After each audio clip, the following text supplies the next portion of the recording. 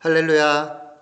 말씀의 자리, 예배의 자리, 기도의 자리 나오신 여러분들을 환영하고 축복합니다.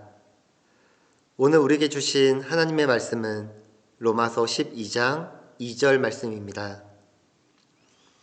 신약성경 256페이지입니다. 다 함께 찾으시고 한 목소리로 교독하시겠습니다. 너희는 이 세대를 본받지 말고 오직 마음을 새롭게 함으로 변화를 받아 하나님의 선하시고 기뻐하시고 온전하신 뜻이 무엇인지 분별하도록 하라. 아멘. 2022년 우리 교회표 말씀 들어야 산다입니다. 하나님의 말씀을 들어야 산다는 것을 믿으시기 바랍니다. 복음을 들어야 영생을 산다는 것을 믿으시기 바랍니다. 아멘. 이기는 습관이란 책이 있습니다. 여기서 말하는 주요 핵심은 잘 되는 것은 나의 습관 때문이라는 것입니다. 이는 동시에 잘 안 되는 것도 나의 습관이라는 말이 됩니다. 여러분도 한번 생각해 보시기 바랍니다. 여러분의 생각과 경험으로 무언가를 했을 때 자신의 삶이 잘 열렸나요? 아니면 그 반대이십니까? 이 결과가 바로 나의 습관 때문이라는 것입니다. 그래서 앞으로도 역시 과거의 것과 같은 삶이 열려집니다. 같은 결과가 나오게 됩니다. 왜요? 우리가 지금 가지고 있는 그 습관, 그 모습 그대로 살아갈 것이기 때문입니다. 그래서 이기는 습관이란 이 책에는 몇 가지 제시하는 내용이 있지만 가장 기본적으로 원칙과 기본을 중요시하라는 것입니다. 그러면 나를 이기고 세상을 이길 수 있다고 합니다. 그렇다면 저는 그리스도인들에게 원칙과 기본에 충실한다는 것은 어떤 의미가 있을지 한번 생각해 보았습니다. 그리고 세상을 이길 수 있는 원칙과 기본을 이렇게 정의해 보았습니다. 무슨 일을 하든지 그것은 하나님의 일이요 하나님께 바치는 것처럼 하라. 원칙은 하나님의 일이라는 것을 기억하는 것, 그리고 기본은 하나님께 바치는 것처럼 행동하는 것입니다. 하나님의 일이라는 것을 기억하는 것이 원칙이고 하나님께 바치는 것처럼 행동하는 것이 바로 기본입니다. 여러분이 아침에 일어나서 밤에 잠들기까지 일하거나 공부하거나 아니면 쉴 때, 부모님을 대할 때나 남편과 아내 또는 자녀를 대할 때, 성도들과 이웃을 대할 때, 누구를 만나든지 무슨 일을 하든지 하나님의 일을 하는 것처럼 하라는 것입니다. 저도 지금 설교 말씀을 전하고 있는데요. 이것이 바로 하나님의 일을 기억하고 하나님의 일을 행함으로 여러분들에게 전하고 있는 것입니다. 그러면 어떤 일이 일어날까요? 하나님을 사랑하고 경외하는 사람들이 첫째, 최선을 다해서 일할 것입니다. 둘째, 거기서 머물지 않고 어떻게 하면 더 잘할 수 있을지를 계속 생각하며 정진해 나갈 것입니다. 그러다 보면 자신도 또한 하는 일도 다 변할 수밖에 없다는 것입니다. 이것이 세상을 이기는 그리스도인들의 이기는 습관의 원리입니다. 오늘 본문은 이렇게 말씀합니다. 너희는 이 세대를 본받지 말고 오직 마음을 새롭게 함으로 변화를 받아 하나님의 선하시고 기뻐하시고 온전하신 뜻이 무엇인지를 분별하도록 하라. 아멘. 오늘 이 한 구절에서 세상을 이길 수 있는 5가지 이기는 습관을 나눠보고자 합니다. 세상을 이기는 습관을 갖기 위해서는 첫 번째로 상황을 인식해야 합니다. 세대라는 단어를 다른 번역본에서는 세상 또는 문화라고 번역하였습니다. 그렇다면 성경에서 말씀하고 있는 세상은 어떤 의미가 있을까요?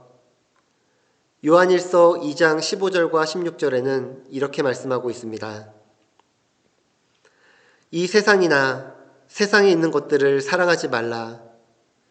누구든지 세상을 사랑하면 아버지의 사랑이 그 안에 있지 아니하니. 이는 세상에 있는 모든 것이 육신의 정욕과 안목의 정욕과 이생의 자랑이니 다 아버지께로부터 온 것이 아니요 세상으로부터 온 것이라. 아멘. 한마디로 세상은 하나님의 존재를 인정하지 않는 환경을 말하는 것입니다. 세상을 바르게 이해하는 것이 중요합니다. 다른 말로 표현하자면 상황 인식이죠. 그리스도인으로서 내가 살고 있는 이 세상이 어떤 곳인가를 성경적으로 바르게 잘 인식하자는 것입니다. 세상에 있는 모든 것이 육신의 정욕과 안목의 정욕과 이생의 자랑이니 다 아버지께로부터 온 것이 아니요 세상으로부터 온 것이라. 몇 해 전에 드라마 중 스카이 캐슬이라는 드라마가 있었습니다. 대한민국 상위 0.1%가 모여 사는 스카이 캐슬 안에서 남편은 왕으로, 자식들은 천하제일 왕자와 공주로 키우고 싶은 명문가 출신 사모님들의 처절한 욕망을 샅샅이 들여다보는 리얼 코믹 풍자 드라마입니다. 자녀를 서울대 의대 보내기 위하여 벌어지는 웃지 못할 여러 상황들이 펼쳐지는데요.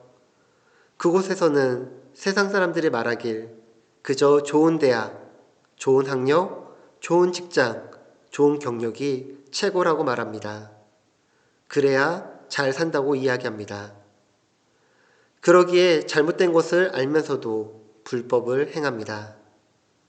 과연 이것이 잘 사는 것일까요? 여러분은 지금 내가 살고 있는 이 시대의 세상을 얼마나 잘 알고 계십니까? 그리스도인들은 이 세상이 어떤 환경인가를 잘 알아야 합니다. 이 세상을 바로 볼 수 있는 안목이 성령의 영안이 열려 있어야 합니다.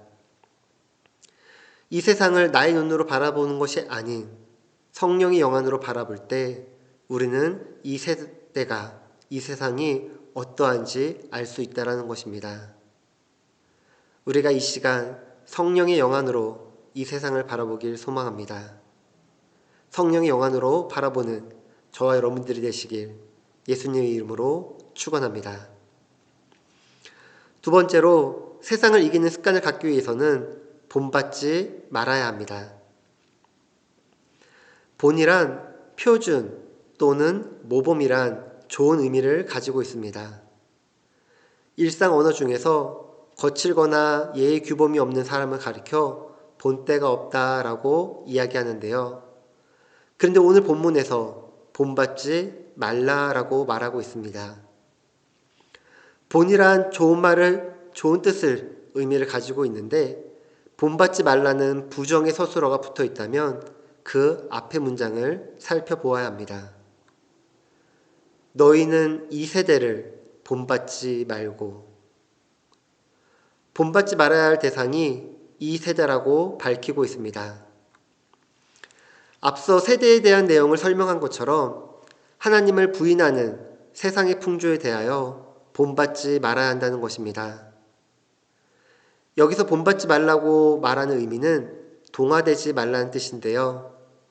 동화란 사상 따위가 다르던 것이 서로 같게 됨, 같이 화합함, 하나가 됨이란 의미입니다. 이 세대와 동화되지 말고 따라가지 말라고 이야기하고 있다는 것입니다. 왜 우리는 이 세대와 동화되지 말고 따라가지 말아야 하는 것일까요? 그 결과는 바로 멸망이기 때문입니다.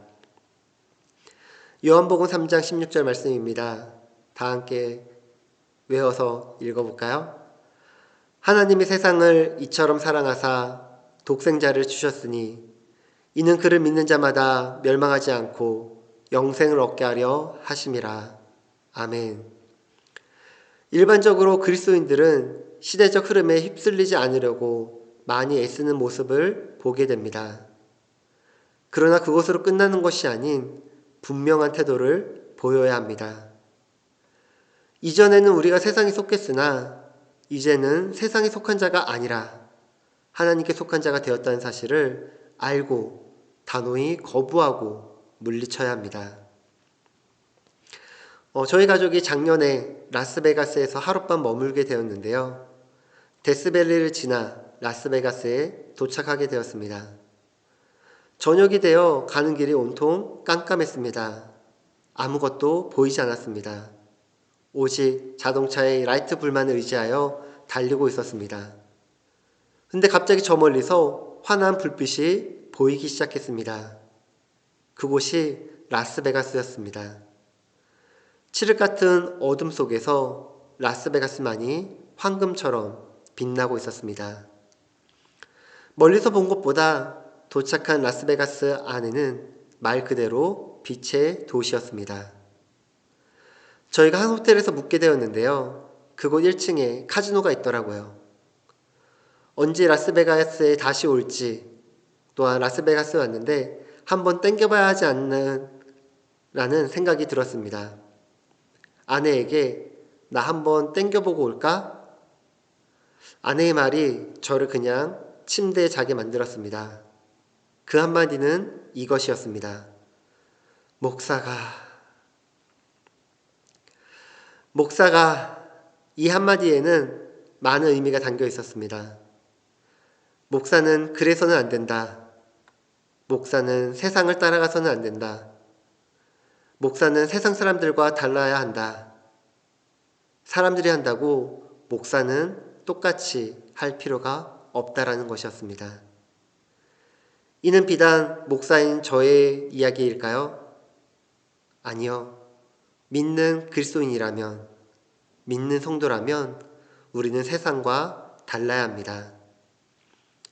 믿는 그리스도인들은 세상을 살아가는 것이 아닌, 세상을 본받는 것이 아닌, 세상을 따라가는 것이 아닌 하나님을 사랑하고 예수님을 믿고 그분 안에 거하는 자녀로 살아가야 한다는 것입니다. 거룩한 삶을 살아야 합니다. 다음날 라스베가스에 있는 사람들에 대한 이야기를 듣게 되었는데요. 한 번의 도박으로 자신의 인생을 망치게 되었다는 것입니다. 아내가 저를 보며 이렇게 이야기합니다. 내가 당신 살렸다? 그렇습니다. 우리는 어쩌면 이 세상에서 멸망의 길을 걸어갑니다. 그러나 멸망하지 않고 영생을 얻는 방법이 있는데 이 세대를 본받지 아니하는 것, 이 세상을 사랑하시는 하나님을 믿고 나를 위해 십자가에 돌아가신 예수님을 믿어야 합니다. 사랑하는 순복음 준환교회 성도 여러분, 이 세상의 것을 본받지 말고 오직 주님의 사랑을 본받고 복음을 본받아 살아가는 은혜가 여러분들 삶 가운데 넘치길 예수님의 이름으로 축원합니다. 아멘. 세상을 이기는 습관을 갖기 위해서 세 번째로 마음을 새롭게 해야 합니다. 마음은 신앙의 좌소입니다. 처음 믿을 때 예수님께서 우리 마음에 자리를 정하셨습니다. 그때는 순수함과 열정 그리고 사모함이 있었습니다. 그러나 그 순수한 마음이 계속 유지되면 좋은데 그렇지 않다는 것이 문제입니다. 우리가 신앙생활하며 이런 이야기를 많이 들어보셨을 것입니다. 또한 여러분들 중에도 이 말씀을 하신 분들이 계실지 모르겠습니다. 첫사랑을 회복해야 하는데 하나님을 처음 만난 그때를 회복해야 한다는 것입니다. 신앙의 연수가 늘어날수록 더 하나님을 사랑해야 하는데 그렇지 못한 모습이 오늘날 우리들의 모습이라는 것입니다. 그렇다면 우리는 어떻게 하나님의 사랑을 계속 이어나갈 수 있을까요? 루터는 이렇게 이야기합니다. 성경으로 돌아가자. 성경으로 돌아가자. 성경 말씀, 진리의 말씀대로 걸어가야 살아야 하나님의 마음을 알 수 있다는 것입니다. 성경 말씀, 진리의 말씀대로 걸어가며 살아야 하나님의 말씀대로 살 수 있다는 것입니다. 로마서 1장 17절에는 이렇게 말씀합니다. 복음에는 하나님의 의가 나타나서 믿음으로 믿음에 이르게 하나니 기록된 바 오직 의인은 믿음으로 말미암아 살리라 함과 같으리라. 아멘. 하나님과 대화하지 않으면 하나님의 뜻을 알 수 없다는 것입니다. 하나님의 말씀을 듣고 깨닫지 아니하면 하나님의 뜻을 알 수 없다라는 것입니다. 오늘날 우리의 현실은 성경책은 너무 많은데 성경이 무지하다는 것이 문제입니다. 성경은 총 몇 권으로 되어 있을까요? 구약 39권, 신약 27권, 총 66권으로 되어 있습니다. 다 아신다고요? 그렇다면 이 66권의 이름을 다 외우실 수 있는 분 계십니까? 어떤 분들은 성경의 제목이 중요한가요? 성경의 내용이 중요하지 라고 말씀합니다. 맞습니다. 성경의 제목이 중요하지 않습니다. 여러분들이 말하는 것처럼 성경의 내용이 중요합니다. 그렇다면 그 성경의 중요한 말씀, 우리는 지금 잘 보고 있습니까? 성경은 정확무오한 하나님의 진리된 말씀이요. 또한 신앙생활의 유일무이한 규범이 됩니다. 만약 우리가 진리의 말씀을 가까이 하는 일에 게으리한다면 성경책에 먼지가 쌓이는 만큼 내 심령도 내 신앙도 먼지가 덮이고 또한 더러워지는 것입니다. 그래야 기쁜 소식은 내일부터 성경이 읽어지네 구약반이 시작됩니다. 여기 계신 분들이 한 분도 빠짐없이 다 동참하셨으면 좋겠습니다. 성경으로 돌아가자. 말씀을 듣고 말씀대로 살아갑시다. 모양과 무늬만 그리스도인들이 아닌 말씀과 기도와 예배를 통해 하나님의 말씀으로 살아가는 그리스도의 거룩한 옷을 입고 살아가는 저와 여러분들이 되시길 예수님의 이름으로 축원합니다. 세상을 이기는 습관을 갖기 위해서 네 번째는 변화를 받아야 합니다. 변화에는 두 가지가 있습니다. 하나는 물리적인 변화이고요. 또 하나는 화학적인 변화입니다. 물리적인 변화는 나무로 식탁이나 책상을 만드는 것입니다. 화학적인 변화는 쌀이 밥이 되고 떡이 되는 것입니다. 그리스도인들은 예수 그리스도로 말미암아 변화를 경험한 사람들입니다. 예수께서 가나 혼인 잔치 자리에서 물을 포도주로 변화시켰던 것처럼 새로운 피조물이 된 것입니다. 여기서 말하는 변화는 1차적 변화를 말하는 것이 아니라 2차적 변화를 말하는 것입니다. 바로 영적 성장을 이야기합니다. 에베소서 4장 13절에는 이렇게 말씀하고 있습니다. 우리가 다 하나님의 아들을 믿는 것과 아는 일에 하나가 되어 온전한 사람을 이루어 그리스도의 장성한 분량이 충만한 데까지 이르리니. 아멘. 우리가 예배를 드리는 이유는 하나님을 찬양하고 경배하는 궁극적인 이유도 있지만 바로 예배를 통하여 우리가 예수 그리스도를 바라보고 닮아가는 것입니다. 그리스도인들의 신앙의 목표는 성공이나 건강이 아니라 예수 그리스도가 신앙생활의 목표가 되어야 합니다. 그러나 많은 그리스도인들이 목표를 잘못 설정하고 있습니다. 그래서 열심히 달려갔는데 엉뚱한 곳으로 가거나 낙심하거나 좌절하는 것입니다. 우리는 우리의 목표를 분명히 해야 합니다. 우리가 목표를 향해 달려나기 위해서는 믿음과 지식이 필요합니다. 이 믿음과 지식은 함께 성장합니다. 신앙생활을 오래 했음에도 불구하고 어린아이와 같은 수준에 머무르고 있는 이유는 바로 지식, 말씀이 부족하기 때문입니다. 영적 성장은 또 곧 변화는 하루아침에 이루어지는 것이 아닙니다. 우리의 일생에 거쳐 변화가 이루어지는 것입니다. 그래서 우리의 일생이 변화되기 위하여 앞서 말한 것처럼 우리는 예배 자리에 함께 해야 됩니다. 성경을 봐야 하고요. 또한 기도의 자리로 나와야 합니다.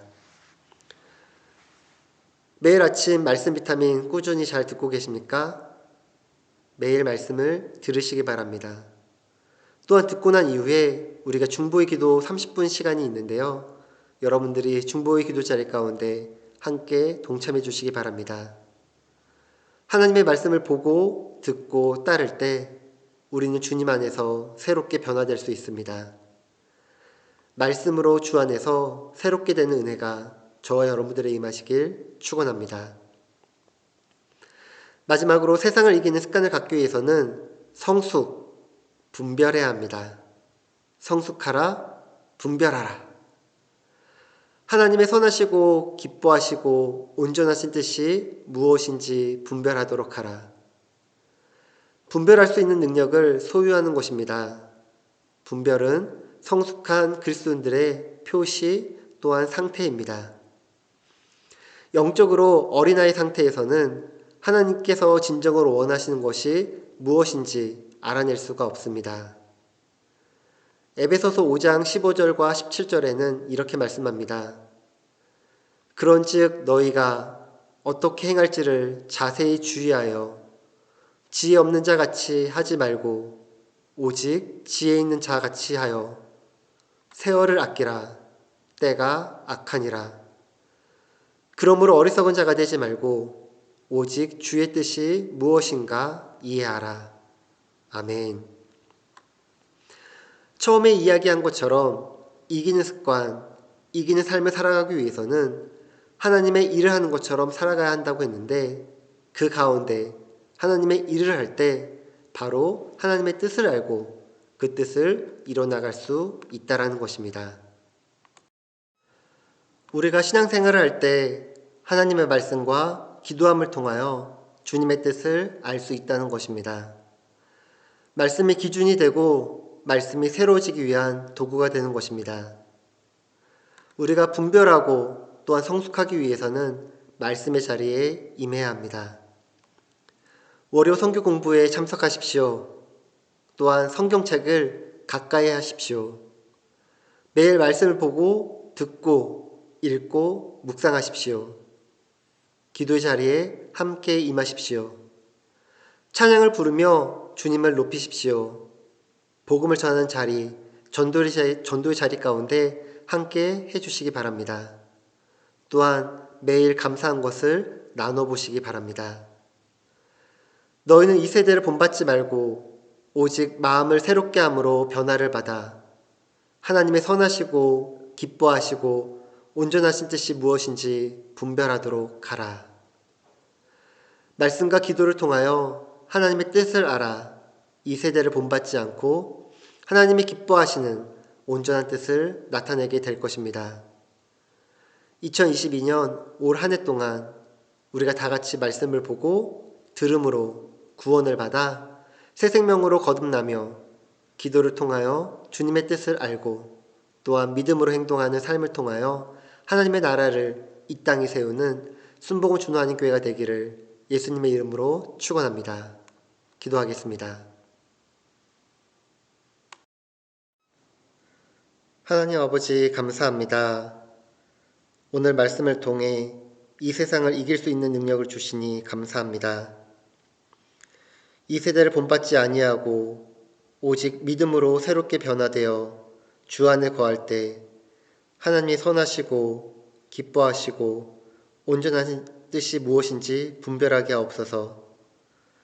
그러기 위해 늘 말씀의 자리, 예배의 자리, 기도의 자리 가운데 거하게 하시고 예수 그리스도를 따라 거룩한 삶을 살아감으로 영적인 성장이 있게 하옵소서. 예수님의 이름으로 기도합니다. 아멘.